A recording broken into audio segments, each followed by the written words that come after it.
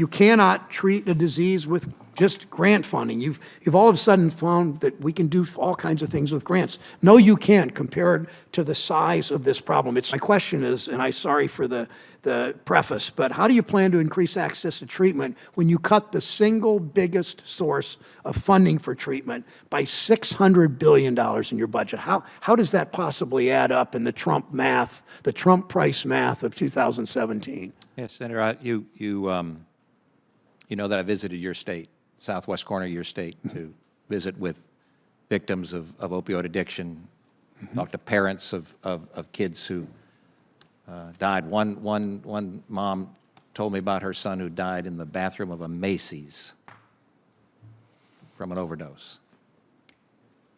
The scourge that we have running across this country right now is absolutely unacceptable to you. It's unacceptable to me. It's unacceptable to the president. Our commitment is to make certain that what we put in place is a program that actually works. You've seen the graphs. The numbers continue to go in the wrong direction. So if we're going to be married to a system that has resulted in 52,000 overdose deaths in 2015, that's not a system I want to be married to.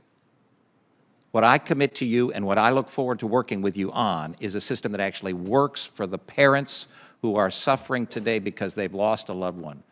What I commit to working with you on is a system that actually works for those who are addicted, who want to gain recovery and treatment. So that's the system that I look forward to working with you on, and whether or not it is paid for through the Medicaid system or whether or not it's paid for through, imagine a system that actually isolates the individual's treatment for addiction and takes it out of the current system that we have so that we can focus resources on those individuals that have the addiction. Imagine that kind of system. What that would do for, one, the ability to treat those folks, but two, the ability for the system to actually thrive in a better way fiscally elsewhere. Imagine a system that works better than the one that results in 52,000 Americans dying of overdose. A little curious to blame Medicaid, as you seem to be doing, for the system that has resulted in 50,000 deaths. It's not because of Medicaid. I mean, how do you do this when 200,000 people right now are getting treatment in my state? They're getting treatment. They're not all successful. We know people are in and out, and it often takes 3 or 4 or 5 times. But if you cut Medicaid, as you want to bludgeon Medicaid, how are you going to, you can talk about a grant program and all this good talk, and I know you mean it in terms of wanting to take care of people. You're a physician. I know all that.